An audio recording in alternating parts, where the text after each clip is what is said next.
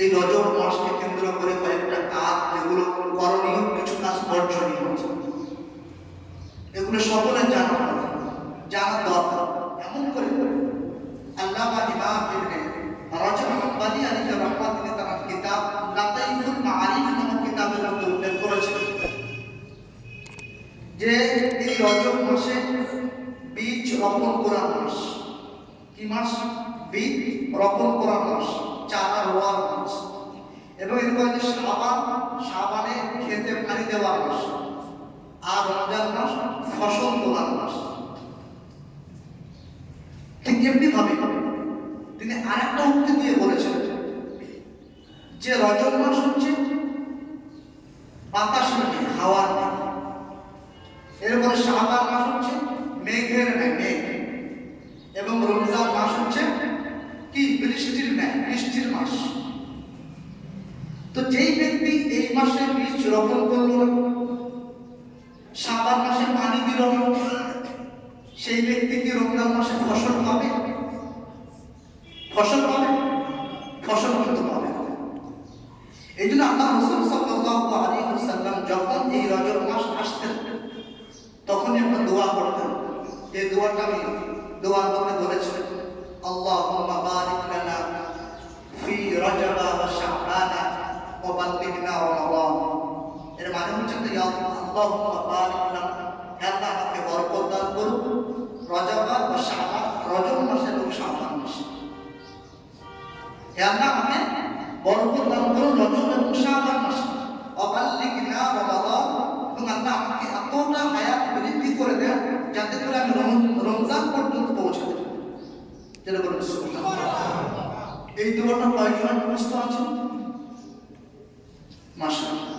আমার সাথে একবার আপনারা পড়েন, আল্লাহুম্মা বারিক লানা ফি রজব ওয়া শাবান ওয়া বাল্লিগনা রমাদান।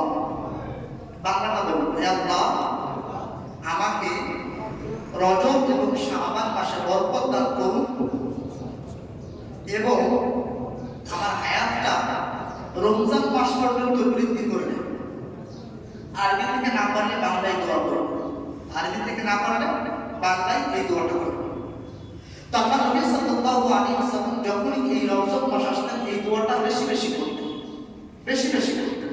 শুধু তাই নয়, এই রজব মাসে কিন্তু আল্লাহ রাসূল সাল্লাল্লাহু আলাইহি ওয়াসাল্লামের কি হয়েছিল? মেরাজ হয়েছিল। এই রজব মাসেই হয়েছিল। তারিখের ক্ষেত্রে বিভিন্ন রকম মতামত, সেটা আমরা একটু সামনে গিয়ে বলবো।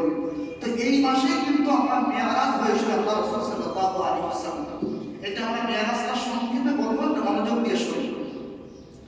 আল্লাহ রাব্বুল আলামিন কোরআনে কারীমের মধ্যে বলেন, সুবহানাল্লাযী আসরা বিআবদিহি লাইলাম মিনাল মাসজিদিল হারাম ইলাল মাসজিদিল আকসা। আল্লাহ রাব্বুল আলামিন বলেন, সেই সত্তা যিনি নবী মুহাম্মদ রাসূলুল্লাহ সাল্লাল্লাহু আলাইহি ওয়াসাল্লামকে মসজিদে হারাম থেকে নিয়ে মসজিদে আকসা পর্যন্ত ইসরা করিয়েছিলেন। সুবহানাল্লাহ। ঘটনা কেমন? যখন আল্লাহ নবী সাল্লাল্লাহু আলাইহি ওয়াসাল্লাম কাফেরদের মাঝে লা ইলাহা ইল্লাল্লাহ মুহাম্মাদুর রাসূলুল্লাহ বাণী, ইসলামের বাণী ছড়িয়ে দিতে লাগলেন, লোকের কাছে পৌঁছাতে লাগলেন, তখন কাফেরদের নির্যাতন, অত্যাচার, এমনকি পাগল, কটু কথা, গালাগালি সব শুনতে হতো। তিনি একটু আফসোসের মধ্যে পড়ে গেলেন। এরপর আল্লাহ নবী সাল্লাল্লাহু আলাইহি ওয়াসাল্লাম একদিন এশার নামাজ সাহাবায়ে কেরামদের নিয়ে জামাতে নামাজ আদায় করলেন। করার পরে কাবা শরীফে শুয়ে পড়লেন। সবার পূর্বে একটু যেন ঘুম নিদ্রা আসে, ঠিক তেমন সময় আল্লাহ তরফ থেকে জিবরাইল আলাইহিস সালাতু ওয়াস সালাম সঙ্গে মিকাঈল আলাইহিস সালাতু ওয়াস সালাম আসলেন। আসার পরে নবী মুহাম্মদ রাসূলুল্লাহ সাল্লাল্লাহু আলাইহি ওয়াসাল্লামকে জাগিয়ে হারাম শরীফের কাছে নিয়ে গেলেন। নিয়ে যাওয়ার পরে তাকে জমজমের পানির নিকটে গিয়ে তার বক্ষকে বিদর্ণ করল, বক্ষকে চিরে দিল। মিকাঈল এবং জিবরাইল আলাইহিস সালাতু ওয়াস সালাম মুহাম্মদকে নিয়ে হারাম শরীফে গেলেন। ওখান থেকে বাবে জমজমের আবে জমজমের কাছে গিয়ে তাকে বক্ষ বিদর্ণ করল, অর্থাৎ ওপেন হার্ট সার্জারি যাকে বলা হয়। করা হয় হৃদপিণ্ডটিকে বার করবো, বার করার পরে জমজমের পানি দিয়ে ধৌত করবে। ধৌত করার পর একটা সোনার পাত্র ঈমান এবং হিকমত ভর্তি একটা পেয়ালা নিয়ে এসে সেটাকে মধ্যে ঢুকিয়ে দিয়ে আবার সেলাই করে দেবে। সেলাই করে দেওয়ার পর জিবরাইল আলাইহিস সালাতু ওয়াস সালাম জান্নাত থেকে বরফ নিয়ে আসলেন। নিয়ে আসার পরে আল্লাহ রাসূল সাল্লাল্লাহু আলাইহি ওয়াসাল্লাম কে ওনার কোঠার ওনার উপরে চড়ানো হলো। হওয়ার পরে চলে গেলেন বাইতুল আকদাস। বাইতুল আকদাস মসজিদে আকদাসে চলে গেলেন। যাওয়ার পরে মসজিদে যখন ঢুকছেন, ঢোকার পরে পাথরটা একটা খিলের উপরে বাঁধলেন। বাঁধার পরে মসজিদে ঢুকলেন। ঢোকার পর দেখলেন কত মানুষ মুসল্লি, মনে হচ্ছে যেন কোনো ইমামের অপেক্ষা করছে নামাজ পড়ার জন্য। আল্লাহ রাসূল সাল্লাল্লাহু আলাইহি ওয়াসাল্লামের হাত ধরা ধরে জিবরাইল আলাইহিস সালাতু ওয়াস সালাম মিম্বারের মধ্যে নিয়ে আসলে দুই রাকাত নামাজ বা জামাত আদায় করলেন। নিয়ে আসলে হাত ধরে নামাজ আদায় করলেন। করার পরে জিজ্ঞাসা করছেন এই সমস্ত মুসাল্লি কারা? জিবরাইল আলাইহিস সালাতু ওয়াস সালাম বললেন এই সমস্ত হচ্ছে কি আম্বিয়ায়ে কিরাম আলাইহিস সালাতু ওয়াস সালাম। কোন এক রিওয়ায়াতের মধ্যে এসেছে সবার সঙ্গে পরিচয় করিয়ে দিলেন, এটা ঈসা রূহুল্লাহ, এটা মুসা, এটা ইব্রাহিম, এটা ইদ্রিস, পরিচয় করিয়ে দিলেন। দুটো রিওয়ায়াত পাওয়া যায়। পরিচয় হওয়ার পর নামাজ শেষ হলো, আবার তিনি বলাতে চললেন। চলার পরে আসমানের দিকে উঠলেন। যখন তিনি প্রথম আসমানে উঠলেন, ওঠার পরে অনুমতি চাইলেন প্রথম আসমানের ফেরেশতাগণের উপরে। প্রশ্ন করলেন জিবরাইল আলাইহিস সালাতু ওয়াস সালাম, দরজা উন্মুক্ত করা হোক, দরজা খোলা হোক। ফেরেশতা বললেন আপনি কে? তিনি বললেন আমি জিবরাইল। আপনার সঙ্গে কে? আমার সঙ্গে মুহাম্মদ রাসূলুল্লাহ। সকলে বলি সাল্লাল্লাহু আলাইহি ওয়াসাল্লাম। এক পর্যায়ে দরজা খোলা হোক। দরজা খুললেন প্রথম আসমানে। দেখলেন একজন বৃদ্ধ মানুষ, তার ডান পাশে অনেক রূহ আছে, আমার বাম পাশে অনেক রূহ আছে। যখন এই বৃদ্ধ ব্যক্তি ডান দিকে তাকায় তখন হাসে, আবার যখন বাম দিকে তাকায় তখন কান্না করে। নবী মুহাম্মদ রাসূলুল্লাহ সাল্লাল্লাহু আলাইহি ওয়াসাল্লাম জিবরাইল আলাইহিস সালাতু ওয়াস সালামকে জিজ্ঞাসা করলেন বৃদ্ধ মানুষটিকে। বললেন জিবরাইল বললেন ইনি হযরত আদম আলাইহিস সালাতু ওয়াস সালাম। আবার জিজ্ঞাসা করলেন ইনি যখন ডান পাশে তাকায় তখন হাসে, আবার যখন বাম দিকে তাকায় তখন কাঁদের কারণটা কি? জিবরাইল বললেন ইনি এই যে ডান পাশের রূহগুলো হলো তারা উম্মত এবং বাম পাশের রূহগুলো তারা উম্মত। ডান পাশে হাসার কারণ তারা হচ্ছে জান্নাতি, আর বাম পাশে তাকিয়ে কান্নার কারণ হচ্ছে তারা হচ্ছে জাহান্নামী। প্রথম আসমান তাহলে কে? হযরত আদম আলাইহিস সালাতু ওয়াস সালাম। এরপর তিনি গেলেন, সালাম হলো। হওয়ার পরে আদম আলাইহিস সালাতু ওয়াস সালাম নবী মুহাম্মদকে বললেন মারহাবা বিন ইবলি ওয়া নবিয়্যি, স্বাগত আমার সন্তান ও নবী, স্বাগত। এরপর চলে গেলেন দ্বিতীয় আসমানে। ঠিক ওই রকম ভাবে প্রশ্ন হওয়ার পর দরজা খুলে দেওয়া হলো। দেখা হযরত ঈসা রূহুল্লাহ আলাইহিস সালাতু ওয়াস সালাম এবং তার খালাতো ভাই ইয়াহইয়া ইবনে জাকারিয়া আলাইহিস সালাতু ওয়াস সালামের সাথে দুই ভাই, এক ঈসা রূহুল্লাহ, এক ইয়াহইয়া আলাইহিস সালাম, তাদের খালাতো ভাই। দেখা হলো দ্বিতীয় আসমান। দেখা হওয়ার পর সালাম হলো। দ্বিতীয় মারহাবা দিলেন, মারহাবা বিন আখি ওয়া নবিয়্যি, শুনুন সাহাবাগণ আমার ভাই ও নবী। এরপরে চলে গেলেন তৃতীয় আসমানে চলে গেলেন।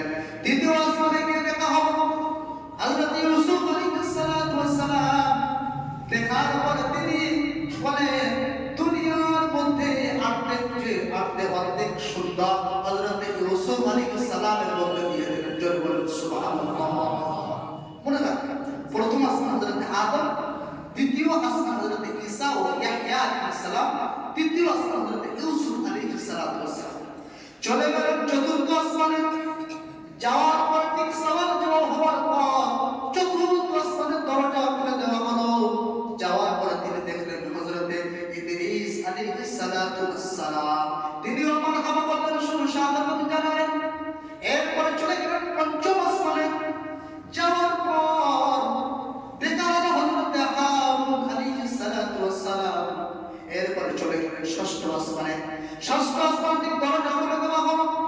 হওয়ার পরে তিনি দেখলেন হযরত মূসা কালিমুল্লাহ আলাইহিস সালাতু ওয়াস সালামের সামনে। এরপরে চলে গেলেন সপ্তম আসমানে। যাওয়ার পর দেখলেন একটা ঘর আছে বাইতুল মামুর নামে। এই বাইতুল মামুর ঘর সম্পর্কে হাদিসের মধ্যে বলে যেমন ভাবে কাবা বাইতুল্লাহ মানব জাতির জন্য ইবাদতখানা, ঠিক তেমনি ভাবে বাইতুল মামুর ফেরেশতাদের ইবাদতখানা। হাদিসের মধ্যে বলে এই ইবাদতখানা বাইতুল মামুরের মধ্যে 70,000 প্রত্যেক দিন 70,000 ফেরেশতা ইবাদত করে তাওয়াফ করে। যে ফেরেশতা একবার সুযোগ পায় সেই ফেরেশতা কিয়ামত পর্যন্ত সুযোগ পাবে না। জোরে বলে সুবহানাল্লাহ। এত ফেরেশতা, আল্লাহ এত ফেরেশতা আছে। এরপরে এই বাইতুল মামুরের ঘরে দেওয়ালের মধ্যে হেলান দিয়ে হযরত ইব্রাহিম আলাইহিস সালাতু ওয়াস সালাম বসে আছেন। সালাম আলাইহি হলো। তিনিও মারহাবা দিলেন, মারহাবা বিবনি ওয়া নবিয়্যি, ও আমার সন্তান আমার নবী। জোরে বলুন সুবহানাল্লাহ। সপ্তম আসমানে হযরত ইব্রাহিম আলাইহিস সালাতু ওয়াস সালামের সাথে দেখা হলো। এরপর চলে গেলেন মুনতাহা, সিদরাতুল মুনতাহা। সিদরাতুল মানে কুল, বড়ই গাছ, কুল গাছ। ওই কুল গাছের বর্ণনা এভাবে দিয়েছে একটা ফুল একটা বড় মটকার মতো। আর ওই সিদরাতুল মুনতাহা একটা গাছ, গাছের পাতা হাতের কানের মতো, হাতের কানের মতো। আর এই গাছটাতে সোনার পর্যাপতি দিয়ে আলো পর্যাপ্ত করে আছে সিদরাতুল মুনতাহা। তারপর আমি শর্টকাটে বলছি। তারপরে চলে গেলেন কোথায়? একেবারে আরশে আজিমে আল্লাহ রাব্বুল আলামিনের সামনে। জোরে বলা যাবে সুবহানাল্লাহ। চলে গেলেন, কত সুন্দর কথোপকথন হচ্ছে শুনুন। যখন আল্লাহ নবী সাল্লাল্লাহু আলাইহি ওয়াসাল্লাম আল্লাহর সামনে চলে গেলেন, আল্লাহ নবী সাল্লাল্লাহু আলাইহি ওয়াসাল্লাম বললেন আত-তাহিয়াতু লিল্লাহি ওয়াস-সালাওয়াতু আত-তাইয়্যিবাত। আল্লাহ পাক পবিত্র বর্ণনা করছেন। এই আত্মীয়তা আমরা কোথায় পড়ি? কোথায় পড়ি? নামাজের বৈঠকে পড়ি। এই আত-তাহিয়াতু পড়া কি সুন্নাত নাকি ওয়াজিব নাকি মুস্তাহাব? কোনটা? হ্যাঁ, ওয়াজিব। কি হবে? ওয়াজিব। তো আল্লাহ নবী সাল্লাল্লাহু আলাইহি ওয়াসাল্লাম আল্লাহকে দেখার পর তিনি এই বাক্যগুলো উচ্চারণ করলেন আত-তাহিয়াতু লিল্লাহি ওয়াস-সালাওয়াতু আত-তাইয়্যিবাত। যখন এই পবিত্রতা বর্ণনা করলেন আল্লাহ রাব্বুল আলামিন নবীকে সালাম দিলেন, আসসালামু আলাইকা আইয়ুহান নাবিয়্যু ওয়া রাহমাতুল্লাহি ওয়া বারাকাতুহু। সুবহানাল্লাহ। আল্লাহ নবীকে সালাম দিয়েছেন। আল্লাহ আমার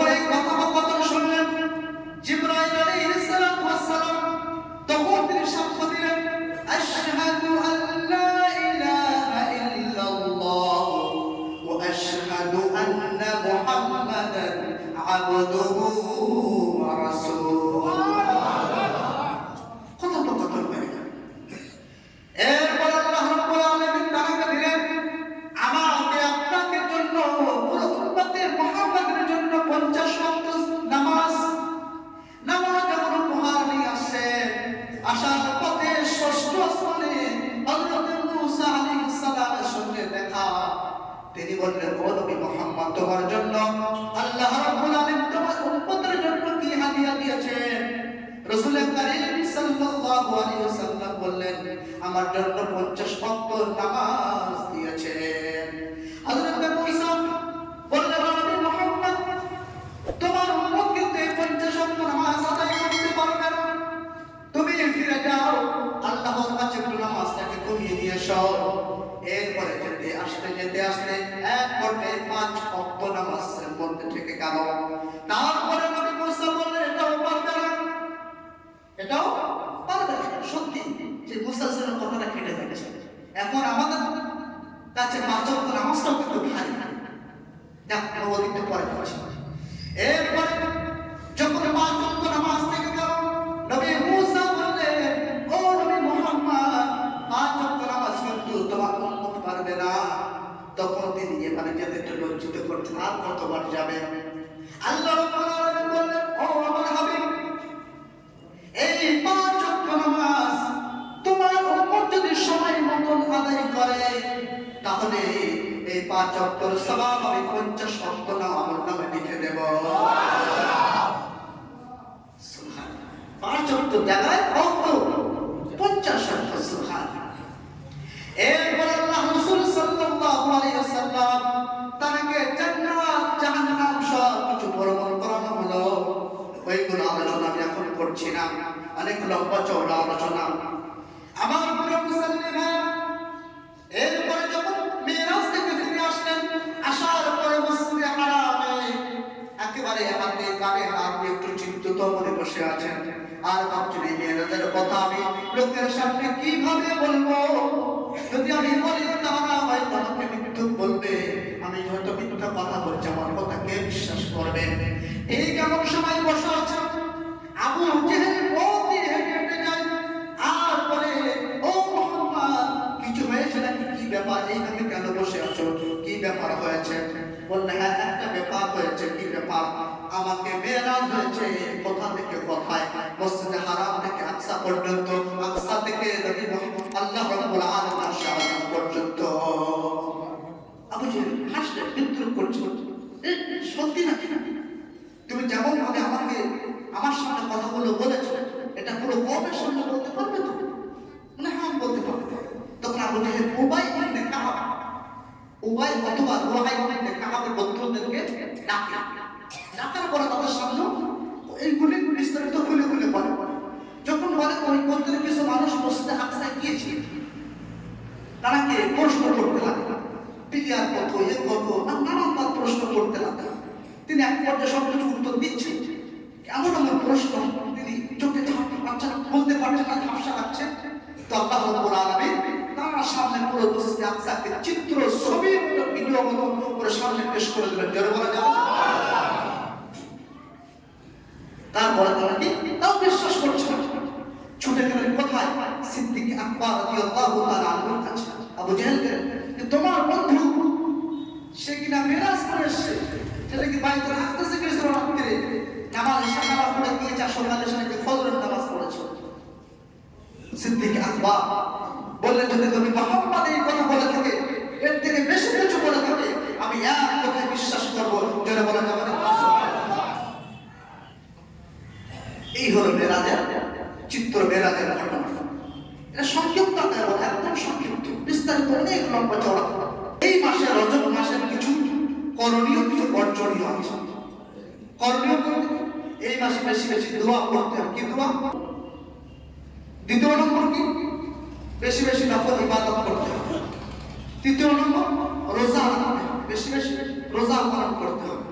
এই মাসে কিন্তু আলোকঞ্জ এসব পর্দা, আলোকঞ্জল, বিলি করা, এ সমস্ত কিছু কিন্তু করা যাবে না, একদম বিধান, এগুলো একদম করা যাবে না। অর্থাৎ এই রজব মাসকে কেন্দ্র করে কিন্তু কিছুই করা যাবে না। নফল ইবাদত করলে আলহামদুলিল্লাহ